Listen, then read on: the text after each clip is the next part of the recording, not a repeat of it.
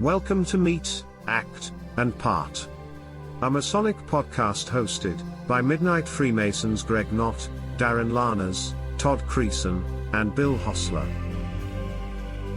The views, opinions and experiences that are expressed by the hosts or guests as individual Freemasons do not reflect the official position of any Grand Lodge, appendant body, or Masonic authority to which the hosts or guests belong. And now on with the show.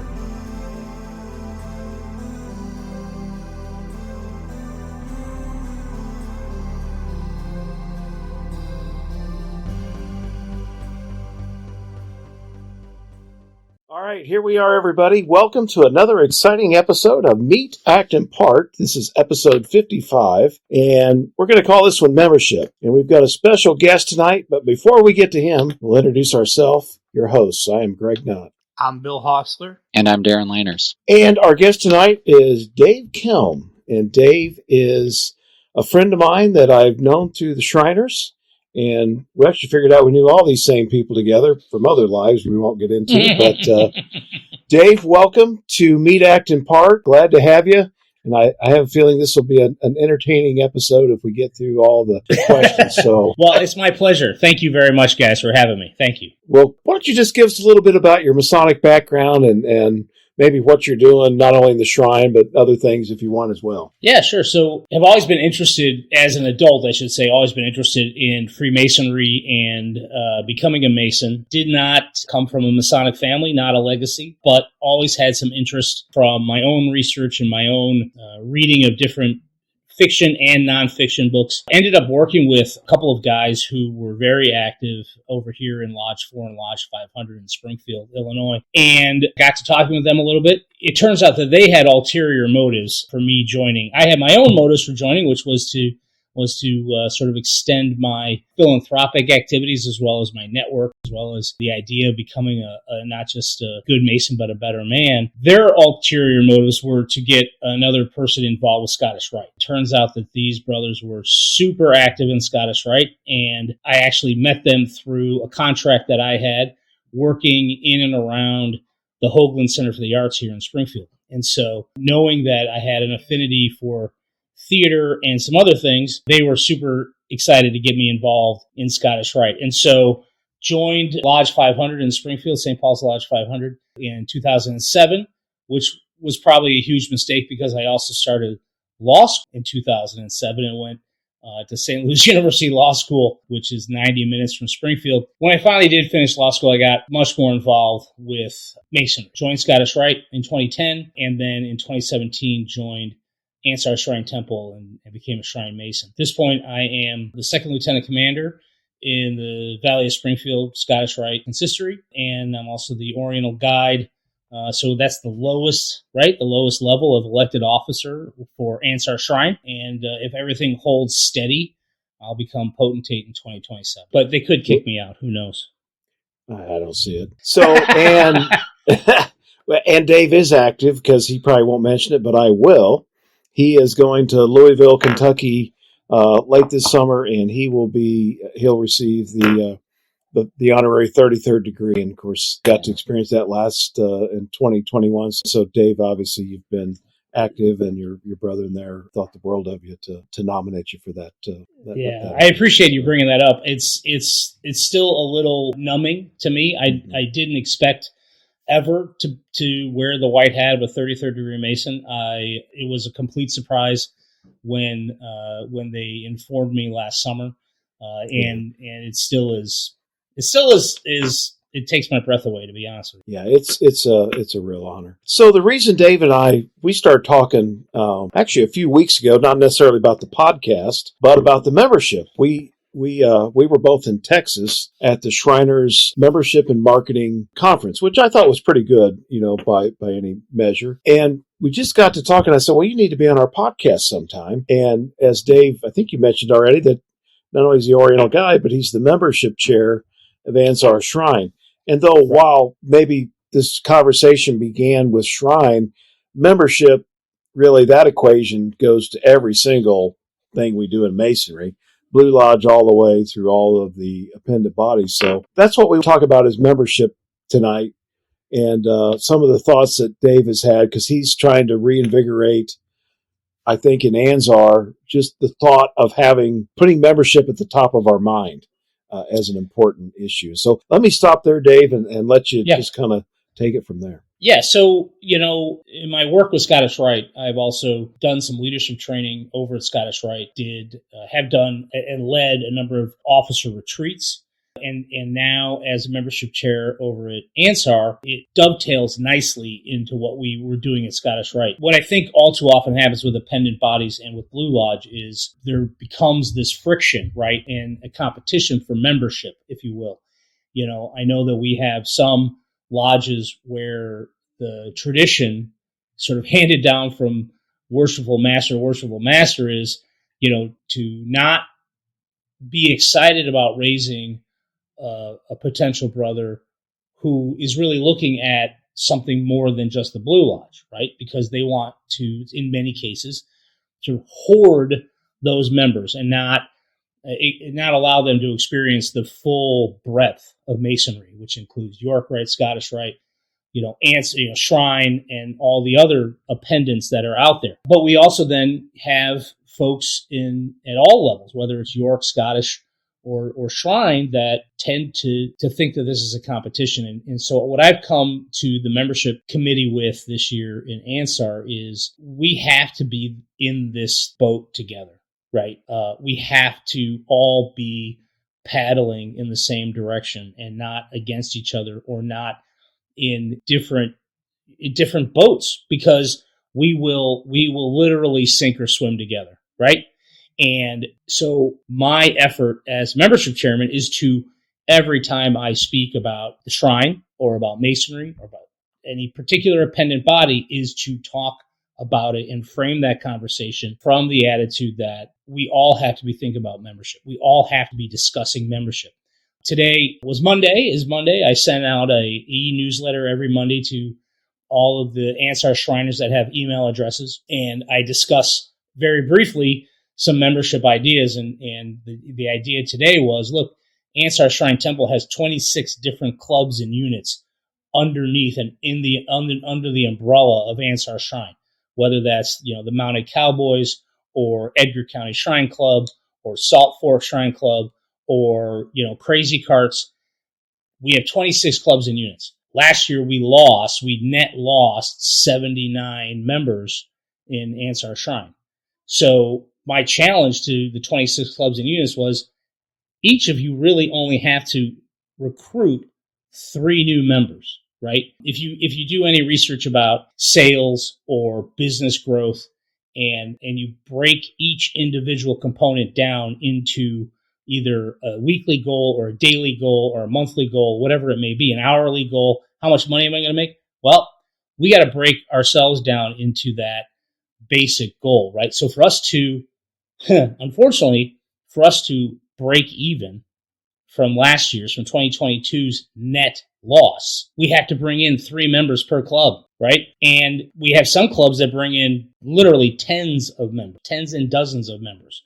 We have some clubs that haven't brought in members in years. So the idea is we have to continually reinforce the idea that membership just doesn't happen by itself. So we have to talk about it constantly. And that apparently is my job. Well, that's good. I went to this last weekend. I was in Danville at the Scottish Rite reunion, and the Grand Master was there. And he didn't talk very long, but he spoke about this. And he says, to your point, Dave, he goes, I don't care why people join. If their interest is Blue Lodge, that's great. If they want to come through Blue Lodge to go to one of the other bodies, he says, that's great. He goes, from a Blue Lodge perspective, he goes, you have the first opportunity to engage that person. And so you need to give them a reason to stay with Blue Lodge and to do other things. I mean, you talked about it numerically from, just our shrine example. And you're right. If you break it down to that small, simple, way to look at it, it's really not so overwhelming, because it is overwhelming sometimes, I think, to think about it. But what do you think from just a Blue Lodge perspective can we do about membership? Because membership matters. Absolutely. So one of the things that I've been doing, for the last few weeks, but This past week was a great example. So a week ago, I was at Oriental Guide School in Tampa for Shriners International. And I think the best thing that Shrine does is they provide a recorder and a membership chairman of a suite of tools through their website, WebFez, which is a members-only website. And they actually, so people, non-Masons stumble upon the Shrine website and fill out information. Those get essentially sent to, the algorithm sends those to, theoretically, the temple closest to them, right? So, I've gone through the list of Masons who have indicated they want to be Shriners. I've gone through the list of Masons who have filled out petitions to become Shriners, and we're getting them scheduled. So in the last 10 days I've been working on, we had 56 non-Masons who had somehow gotten to Shrine. Maybe they saw a television commercial for the hospitals. Maybe they knew somebody was a Shriner and they decided that this was going to be how they become involved with Masonry. Didn't realize that you have to become a Blue Lodge Mason before you become a Shriner. So I sent out essentially an email to all 56 of these guys. And as it turns out, of the 56, we had 13 bad addresses, but I got 15 good responses, right? So 15 guys emailed me back. They're not Masons. And as it turns out, 2 of the 15 actually live in the Ansar region, right? And for people who don't know, the Ansar region, it goes from Quincy on the Mississippi all the way to Danville on the eastern part of the state, and essentially Lincoln, Illinois to about Litchfield, right? So it's a big chunk. It's the 217 area code. It's a big chunk of property. 2 of those 15 actually lived here. But you know what? What I did was, using my Shrine network, I sent 5 guys to the information of 5 guys to the membership chairman at Medina, because they live in the Chicagoland area. There were, I think, 2 guys that lived in Mohammed, which is the Peoria area. And there were maybe another 4 or 5 guys who live in Southern Illinois or Inon. Non-Masons. I contacted those temples, found out who I needed to get that information to, and those Shrine temples are going to figure out what is the best lodge for those guys to go to. And that's the way that we need to be working together to get this done, right? In fact, we actually had 2 guys that have moved and live in Missouri. So I called the Grand Lodge of Missouri. Cold called the Grand Lodge of Missouri and just like, hey, this is Dave Kelm. You don't know me. I'm from the Ansar Shrine Temple. I live over here in Springfield, Illinois. You probably don't want to talk to me, but I've got 2 guys who want to become Masons. So how do we figure this out? How do we get them? What are the lodges? And after a little hesitation at the Grand Lodge over there in Missouri, they were like, oh, wait, you're a real dude. You're not crazy. And let's get this taken care of. And that's the kind of cooperation that we have to have between the Shrine, Scottish Rite, Blue Lodge, York Rite, whatever. And it is a daily grind to get those guys in. Now, the other thing that we're going to start doing either in April or May is, I've already talked to the Scottish Rite, talked to the York Rite briefly, talked to Grand Lodge briefly. Those 4 groups, including Ansar, we are going to host over the next several months 2 or 3, maybe 4 open houses, right? So I think the Valley of Danville, Greg, now that you bring it up, I think the Valley of Danville has a Meet the Mason event or events where they invite non-Masons or they invite Masons, Master Masons, to come and learn about Scottish Rite. So the idea behind this is to invite 2 different groups, right? To invite Master Masons to learn about appendant bodies in a very relaxed, casual atmosphere, as well as to invite non-Masons to learn about Masonry. I think we're all probably involved and active in other groups, right? Whether they're Kiwanis or Rotary or some other entity, and we know men who would make great Masons. And those are the guys we have to go after. Those are the guys we have to go after every single day. Bill has, not only has he got the wrong shirt on tonight because he's got an Indiana University shirt, but he actually lived in as a member of actually other jurisdictions other than Illinois. So, Bill, let me pass it to you for a minute, see what kind of questions or thoughts you might have for Dave. Oh, hi, Dave. First of all, it's nice to meet you virtually. Great to meet you, Bill. The biggest question I had, and I mean, because I've done, I've been in kind of your role. I didn't do membership chairman, but I was on the PR committee and a webmaster for our local Shrine Center and magazine editor. So I went through the mill a few years ago, but I did notice in the email you sent out today that you had, of the 79, 7 of them were demits.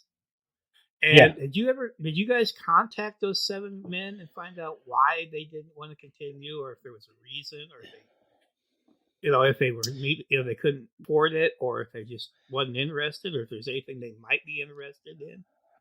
Yeah. So the most recent emits, not to get anything too specific, but as I'm sure you've experienced, Bill, in your past, by and large, we have longtime Shriners who demit because of health reasons. They don't feel like they can be participative. They don't feel like they can, get out because of age or because of health, and it becomes a matter of demitting, and that's the decision that they make. We have in the recent past had brothers who demitted or felt like they should demit because of financial reasons, and by and large, the Divan and Ansar, if that is the case, has attempted to make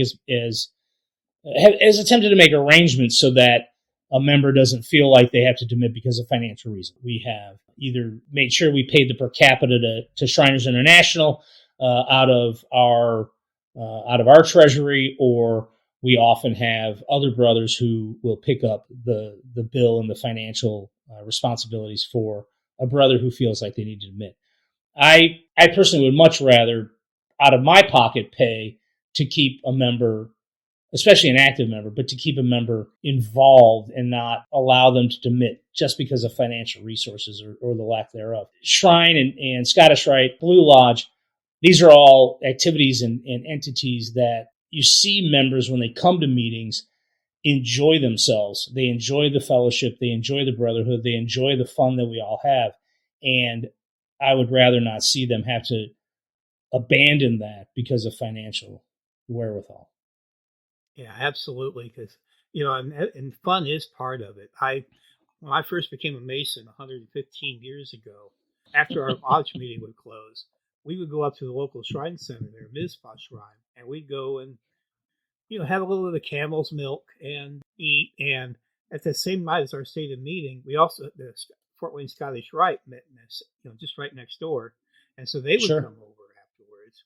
And then, of course, there's Shriners coming for their various unit meetings and stuff. And that was the most fun. I still think about those days. And I haven't had fun like that in a long time. And you got to know the guys really well.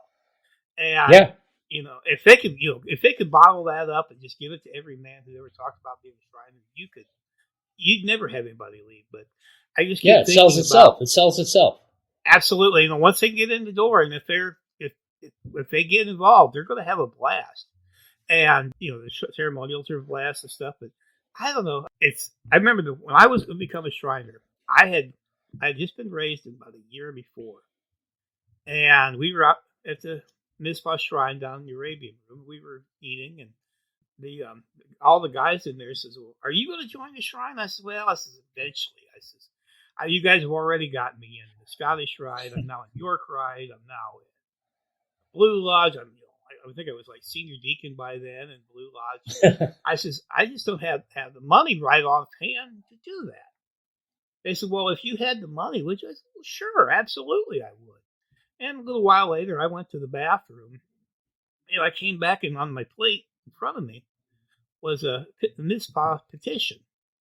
I looked at that and I says, "Guys," it already had top line and bottom line sign, Mm-hmm. But I said, "Guys, I told you I just can't do it right now."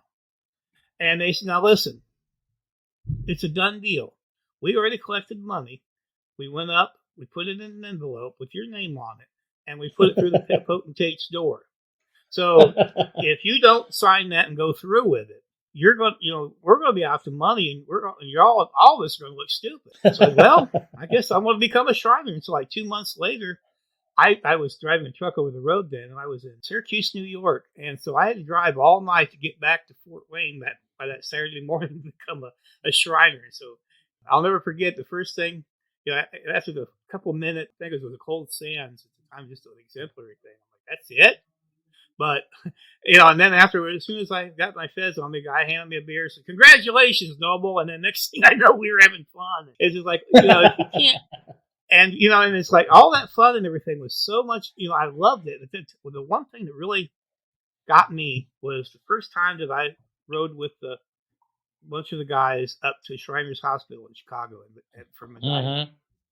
Mm-hmm. And if you could take a bunch of guys who are prospectors interested in becoming Shriners and just run them through that hospital and then have like a bunch of petitions down at the end, it would be full. And because I'll never forget that to this day. And I had to go up there once to do because I don't like to brag, but I was the guy that invented the first Shriners email list. Back, wow. Like 100, yeah, and so I had to give a talk at the Shriners Hospital about it. And it floored me on how wonderful those guys are. And I just, we do great things. We just have to get the word out even more than we already do. Right. And the thing about, so I just did a quick poll of our membership at our February stated meeting, and to simply ask them two questions in a simple, short answer: why did you join, and why are you still a member? And I passed that out. It was anonymous, and the number one reason to join was family, right? Dad, grandfather, brother, somebody was a Shriner. And so that was the number one reason. Close second, though, was the hospital, like within 2 votes. The hospital and the hospital system was the number 2 reason why people joined. And the number 1 reason why they stayed was the brothers that they've met and the fellowship they've created at Ansar. The number 2 reason was the hospital, right? And so Ansar's in an interesting and unique position because we have a full representative member on the St. Louis board as well as the Chicago board, because we really fall in between both of those. We did the same way with Chicago and Cincinnati, so I get you. In Cincinnati, yeah. And so we have 2 different guys. We share resources. St. Louis, we are much closer to. A lot more of our money goes to St. Louis. St. Louis, has 29 different temples in the catchment area, and of the 22 Shriners Children's around the country, St. Louis is the only one that operates in the black, which is fantastic. I didn't know that. Yep, I remember the recorder telling me when I first started, he said, and I know it's different now, but he says, if you were to go to a hospital and ask them how much it costs to do an operation, he says, they couldn't tell you because it doesn't really matter to us.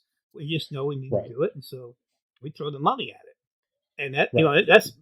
But another one that really stuck in my mind was when I was the webmaster, I got an email one night from this grandmother, and she said, "I heard you Shriners help burn kids," and she said her grandson, their family didn't have 2 nickels to rub together. They were living in a rented trailer. They were probably barely able to keep that going, and the little boy, he was like 7 years old. I still cry when I think about it. But he was underneath this roll, the couch with the bowls out into a bed, and he was playing with a lighter. And he caught the foam rubber on fire, and he just about put the trailer. Oh my gosh! But all this foam rubber came down, and it went all over his arms and his face and such. And of course, they ran into the local hospital, but they weren't going to work on him until they got money up front. And so somehow they got the money. And the whole time when this nurse was scrubbing this poor little boy's arms, he's probably scared. He's hurting. And she kept scalding him, telling him how bad a boy he was for just about setting fire. And she said, "Is there no way that you guys could help?" Absolutely. So I called the potentate, and he got the thing rolling. And the family says, "Well, we just have to go down to Cincinnati. That's our local burn center." And he says, "Sir," he says, "we don't even have a van that'll make it that far." He said, "Even if we do, it's middle of July." And he said, "No way we could do it because of the heat and all that." And we said, "Well, we drive you there." Yeah. And they seemed shocked. Said, "We drive you there. We give you food. Anything you need for that family, for that trip." we're going to make it happen. That's right. And about a year later, the next summer, I was at at a Shriners party we have a horse grounds. It's like our meeting area, for fun. And Right. they had a thing, and they had a kids display for all the hospital kids. And this little boy come up, shook my hand, told me how glad he was, and I was there to help. See, this is 20 years ago, and it still gets me. Yeah. I had something to do that could actually help this poor kid. And it helped the family, too. And I just wish we could tell people that and show them what we do, and would you like to become a member? And maybe that might keep your demits down a little bit. But there has to be, it sells itself if we do it. We just have to figure out how to get that magic formula. Right.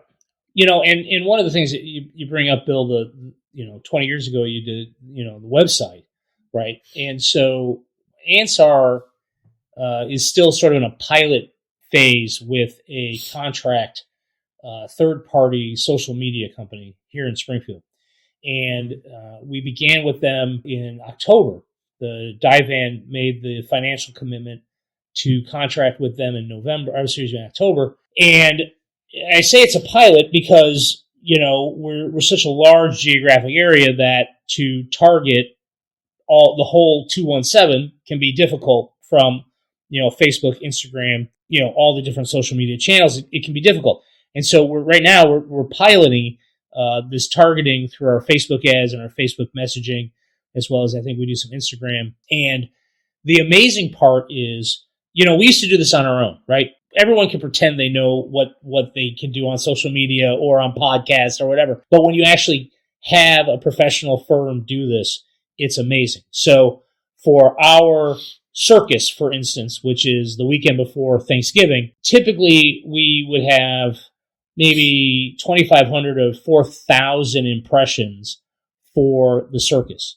That was the lead up, the advertising for the circus, as well as the 3 days of the circus when we were pumping out photos and videos and things like that to the area around Springfield, right? The 5 or 6 counties around Springfield. This year, with our contract firm, we were approaching 500,000 impressions for the circus. And that's not a ton when you think about, social media heroes like, Mr. Beast or any of those folks who are, 12 and 15 million subscribers. But 500,000 impressions in an area that has less than 500,000 population is fantastic, right? And a lot of we had our click through rate was through the roof, but going back to your point, Bill, how do we get to those people? Right now, that is one of the biggest ways to get to those people, right? It's to get to folks, is to elevate our brand to the point where somebody says, this is what I want to do, whether it's to help kids, whether it's to plan a party, whether it's to drive a tractor in a parade. One of the biggest things one of the biggest things that our members, especially our older members, don't like to hear is Shrine, for years and years and years, promoted itself and promoted the hospitals with our parade units, right? Whether it was go-karts or golf carts or antique tractors or horses, we have amazing parade units. The problem is younger men don't really want to parade. They'd rather get together with friends and drink a glass of bourbon and smoke a cigar, or Absolutely. go golf, or maybe they have time in the morning to grab a donut and coffee to talk about Shrine activities or Blue Lodge activities. They don't have either the wherewithal or the time to drive to Timbuktu and walk in the 4th of July parade. I don't think that tradition is going to go away anytime soon, but we have to understand that some of our new guys would rather do something like a bourbon and cigar club or a dinner club versus, saddling up and walking in a parade on Saturday morning. Absolutely. Yeah, it's kind of become that cliche from Ray Stevens' Shriner Convention in a lot of ways. And you're absolutely right. Because when I didn't want a parade when I took pictures of the parade for the website and the magazine, but I didn't want to be out there in it. Right. I mean, but so you're absolutely right, and I think that you guys are on the right track. I mean, and then if you could get together with, like, you're doing a membership with everybody else, I think that's a key too. That old saying, "United we stand, divided we fall." I think that really applies here. Darren, speaking of parades, Darren was a one-man Blue Lodge parade in the back of my truck. What was it, Darren, a couple of years ago? No, it was just this past year, correct? Yeah, that's right. So Darren was the act, and I believe I had my fez on, so I was the one man shriner on that float, which I, in retrospect, probably doesn't reflect well on the health of our club, to be honest with you. But what was the parade? Well, Darren, what questions you and I have talked about membership, Darren, forever, but what do you reflect on as some of these things we've talked about? I'm glad Dave kind of brought up demographics, because I was going to ask him what the average age of the members in ANZAR currently is, if he knows or has an idea. Yeah, it's a little lower. It's dropped over the last couple of years. We're at about 72. Nationally, Shrine is at about 76. Scottish Rite is right about there, 74 to 76. The interesting part, though, is our divan, right? So our elected officers, other than our recorder, who's a past potentate, all of them are below the age of 60. And that probably the first time in a little while. But it is a reflection of sort of the direction that at least ANSAR is going. We have I will brag on Lodge 500 and Lodge 4 here in Springfield. They have brought in a number of men younger than 40, many younger than 30, and have reinvigorated those lodges to such an extent that they're also now joining Scottish Rite and Shrine and bringing that exuberance from masonry that we haven't seen maybe in 50 years, maybe 60 years, right? There are a lot of articles about masonry in the last couple of years showing that there are young men, really of all backgrounds, who are looking for a set of values. They may not be looking for a church family. They may not be looking for a patriotic family. I'm not, whatever the issue is, but they are looking for a set of values that masonry provides. And I think, at least in Springfield and with ANSAR, we're starting to see those dividends come home.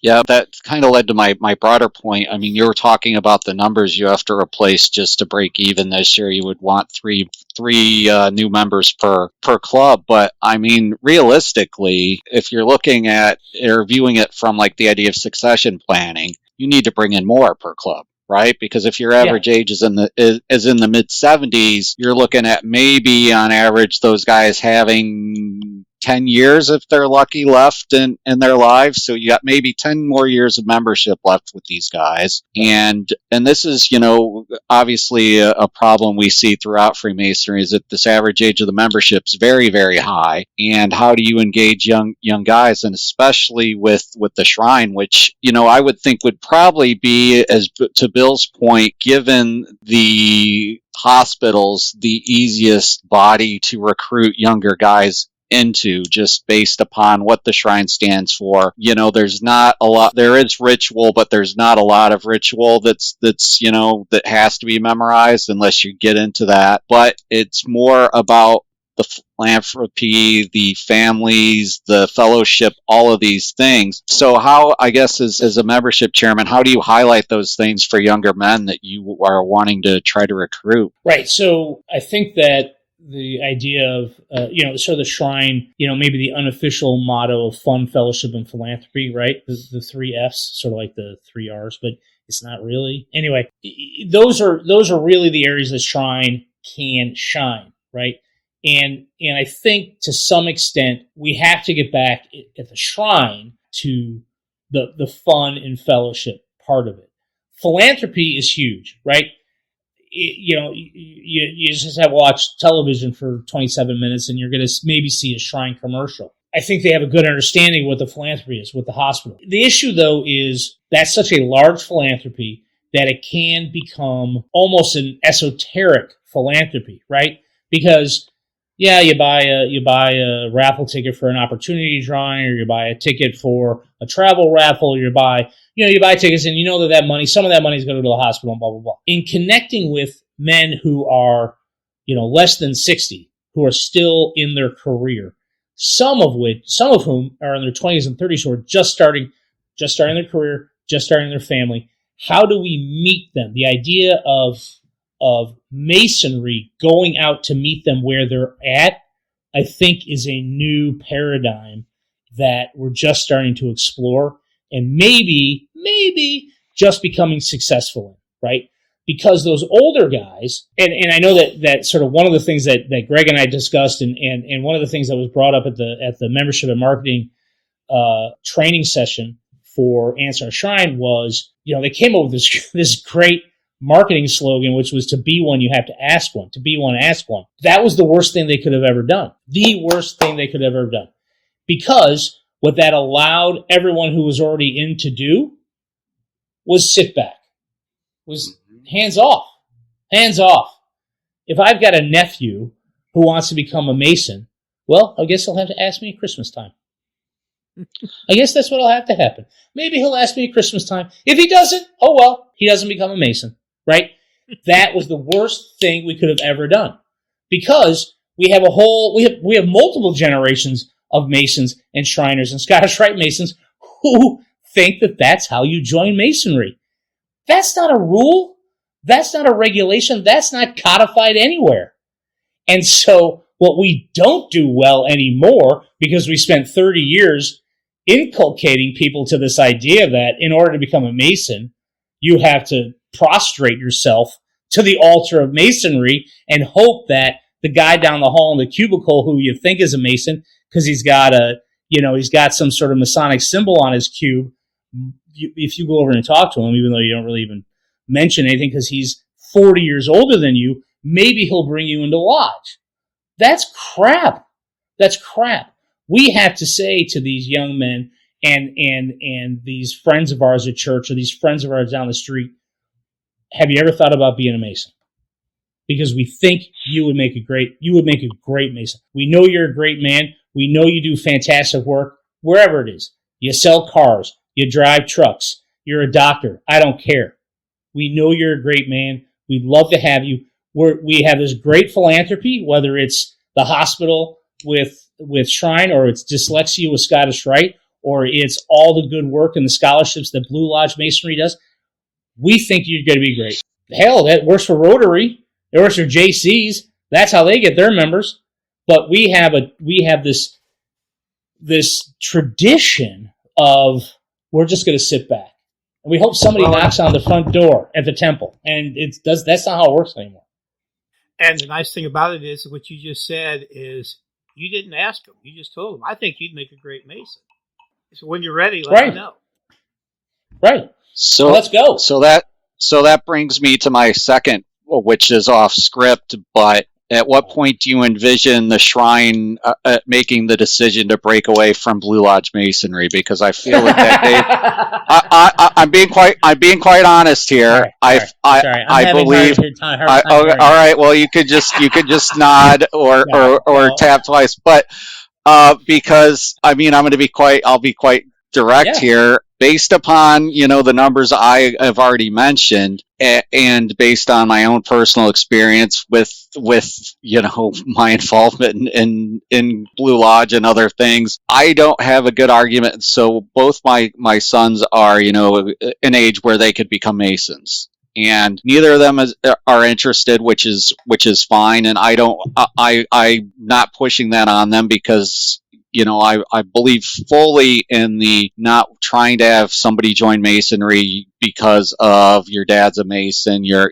mercenary motives, whatever. But I also, seeing the writing on the wall, feel that of all the appendant bodies, that Freemasonry has, that the shrine is the best one positioned to probably survive what's going to be, a very hard time for Freemasonry, because we're going to see numbers decline very rapidly in a very short amount of time, just based on attrition, based on our average age of our membership across the board. So in my mind, the bodies that are best positioning themselves for success are going to be the ones that are the ones that are thinking outside the box and thinking, well, maybe we look at a scenario where we're bringing in good men, but they don't have to be Blue Lodge Masons. And I know this is blasphemy, and I'm probably going to be excommunicated from Grand Lodge for saying so. But I mean, and another point, honestly, Dave, is that I don't know that Blue Lodge helps with Shrine membership, just because if you're getting guys that age and they're joining Blue Lodge, there's probably a good chance after they're raised and they attend one lodge meeting, if they're not in the shrine already, that they're not going to ever come back to Freemasonry. And that's honestly because the two things that we do not talk about in Freemasonry are talked about all the time in Freemasonry, and that's religion and politics. And it is such a divisive force in our society right now that it has infiltrated our lodges, and I feel that a lot of younger guys ran off because of it, because they hear these sectarian discussions before the gavel drops, even though we're not supposed to talk about it in a lodge building period. All the old guys are like, well, that's only between the gavels, which is complete bullshit. But any case, that's my main concern, is that if you want younger guys to join Freemasonry, to join the shrine, to join all these things, then we gotta be authentic, because that's what they're looking for, is an authentic experience. And when we say that we're not gonna talk about these things, and then we talk about them, right. Yeah, no, and Darren, I think yes, there's always discussion, or has been recently a lot of discussion about the separation, right? The schism. I think there is, though, maybe another answer or another path, and that is sort of how we began this discussion, which is we have to begin working together, right? We have to begin working together as appendant bodies in the truest sense of that word, right? We have to stop with sort of the petty infighting between the appendant bodies. We also, and I am a firm believer in this, to the point where we are going to make some headway this year with Prince Hall Mason. We have to better understand the relationship between Masons, their appendant bodies as one relationship, and Prince Hall Mason. And we have to figure out a better way to come together.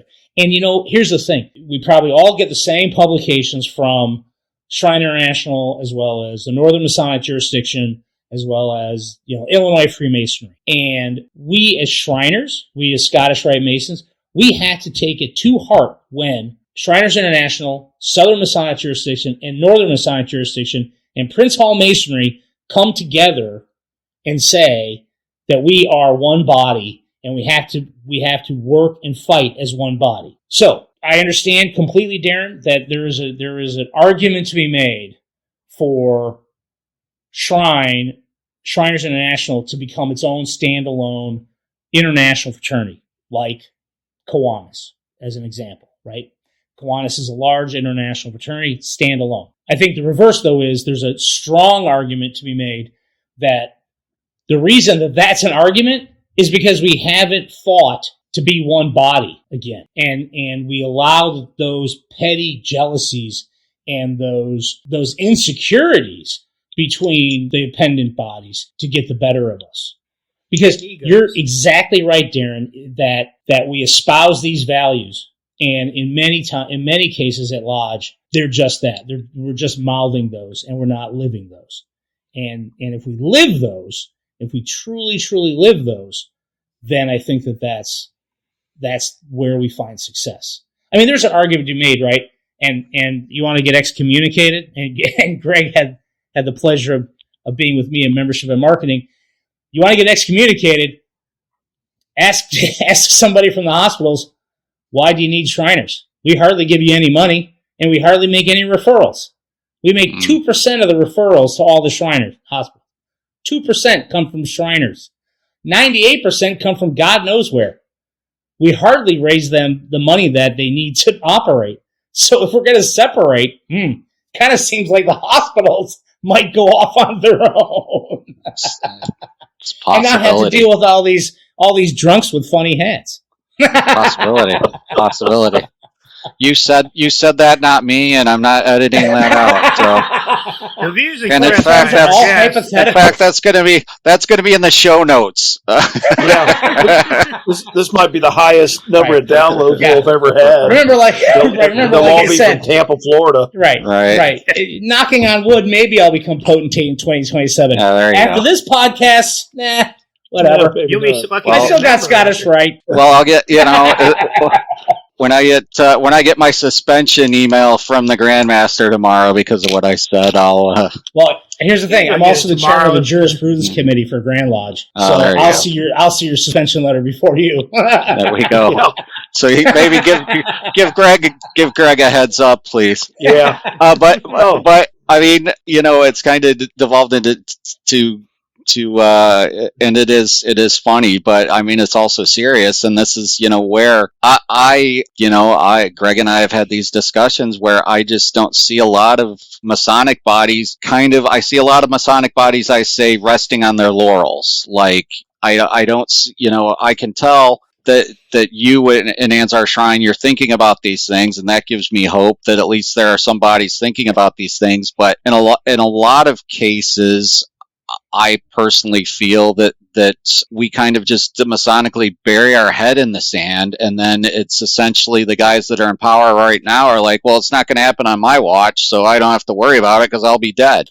Well, it is kind of your problem because you're leaving the rest of us a mess that we're going to have to clean up. And what really is, and I've recently told Greg this in an education I did for the lodge, and have written it in pieces I've written for the Midnight Freemason blog. But I mean, now more than ever, when you're a Freemason, you're out in public, you need to mind your P's and Q's if you're wearing that square and compass or your shrine fez or whatever, because all it takes is one ignorant Freemason or Shriner to go viral on social media to cause a lot of problems for the rest of us.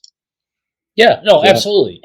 And but to your point about folks resting on their laurels, right? What we need to recruit. So this is getting beyond membership right now. Let's talk about leadership. To be a leader in anything, community service, masonry, business, is to essentially plan for your demise, right? You have to plan for your succession. If you're going to be a good leader, you have to decide and thoughtfully plan for who's going to take your place. You're absolutely right, Darren. We have multiple generations where, in Shrine at least, let's say Shrine, people have planned for their year as potentate. Well, it's not their year. It's the temple. Every year is the temple's year. You just happen to be in charge that year. The world doesn't revolve around you, right? The world revolves around the temple. And you can't sit on your laurels, like you said, Darren, and just assume that next year something better will happen. And so one of the other things that Greg and I learned a little bit about at Membership and Marketing School was the idea that in almost everything else we do, we have a plan, right?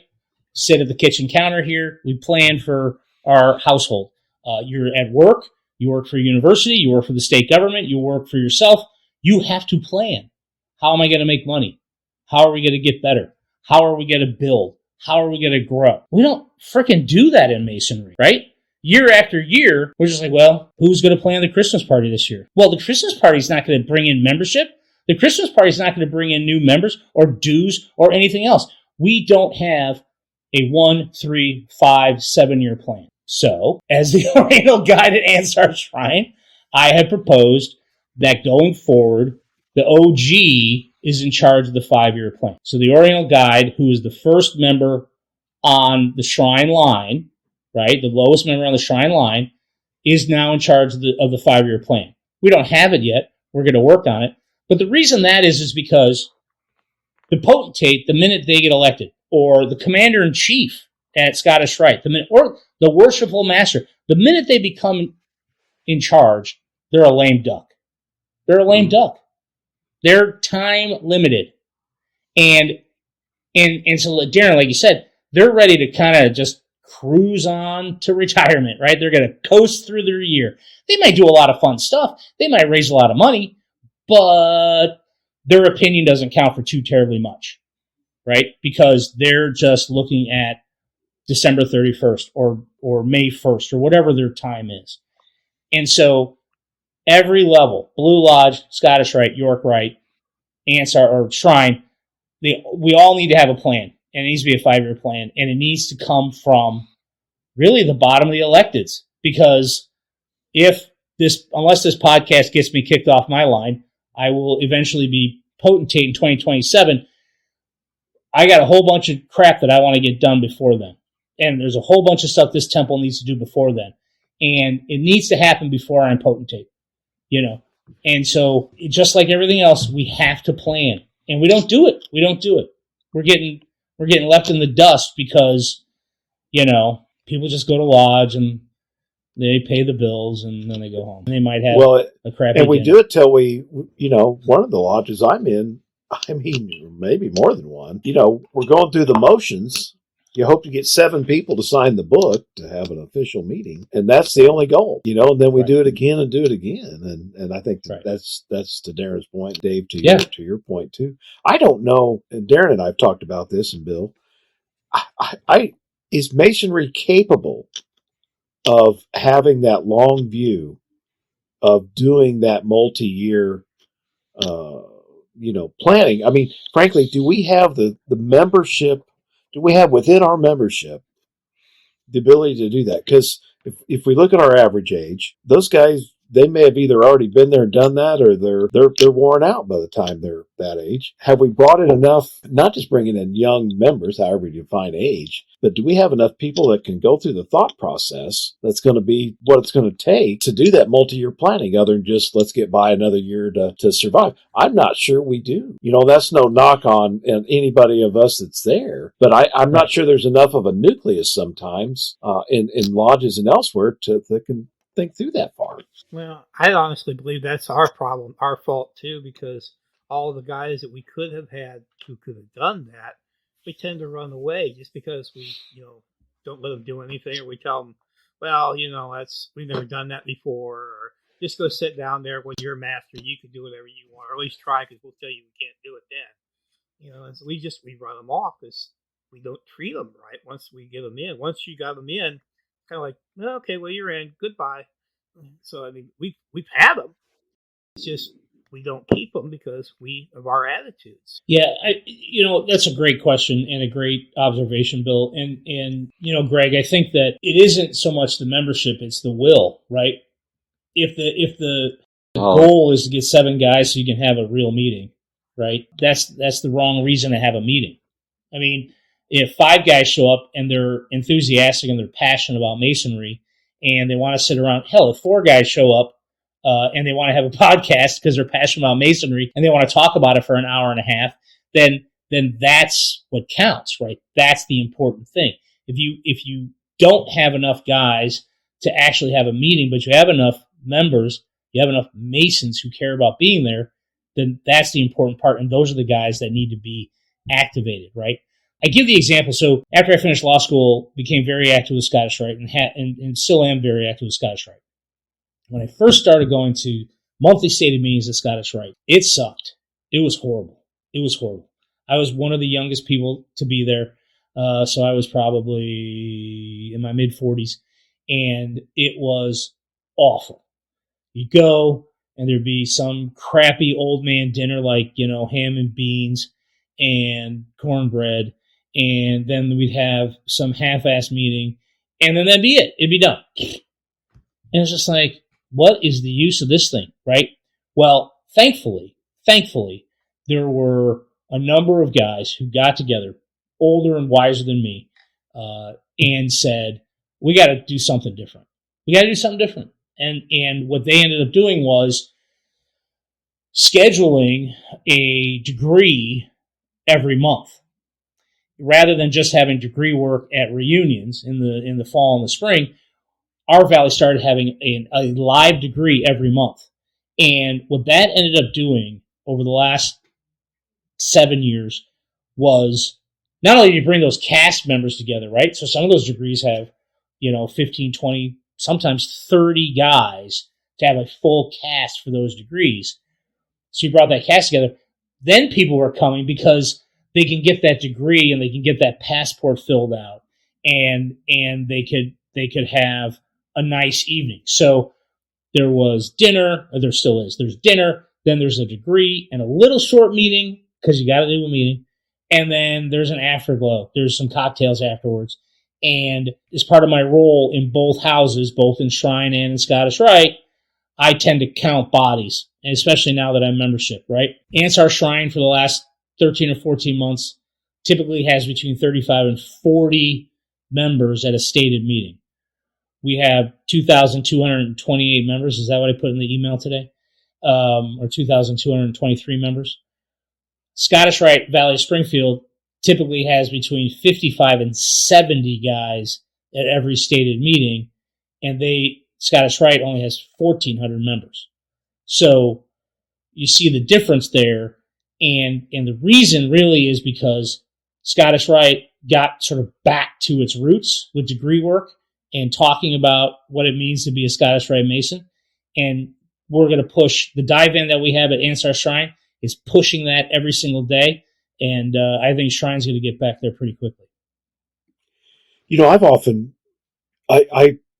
despite what I, observed earlier, I'm still optimistic though, because I think in some ways there's almost two masonries going on at the same time. And in that, I mean, there's the old traditional, the way we've always done it, and crowd.